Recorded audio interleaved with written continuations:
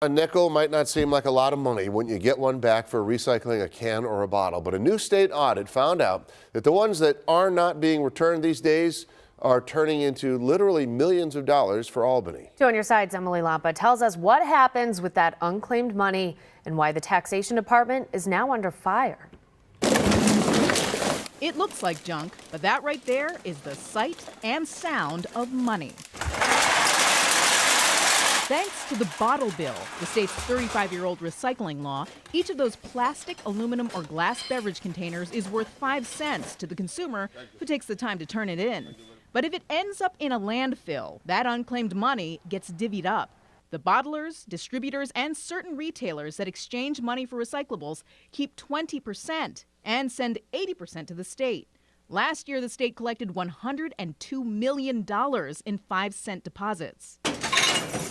How does the state use that money? Well, most of it goes to the general fund, $23 million to projects that help the environment. But a recent audit of the bottle bill program found something more troubling than the fact that some people aren't recycling. The comptroller's office discovered about 10% of the companies accepting containers for money aren't properly reporting, nor sending that unclaimed money to the state. How much money are we actually talking here about how much money they failed to remit? That's difficult to know because we don't know all of the specifics as to how much is uncollected. We can't give you a specific dollar amount. The Department of Taxation and Finance oversees this incentive program.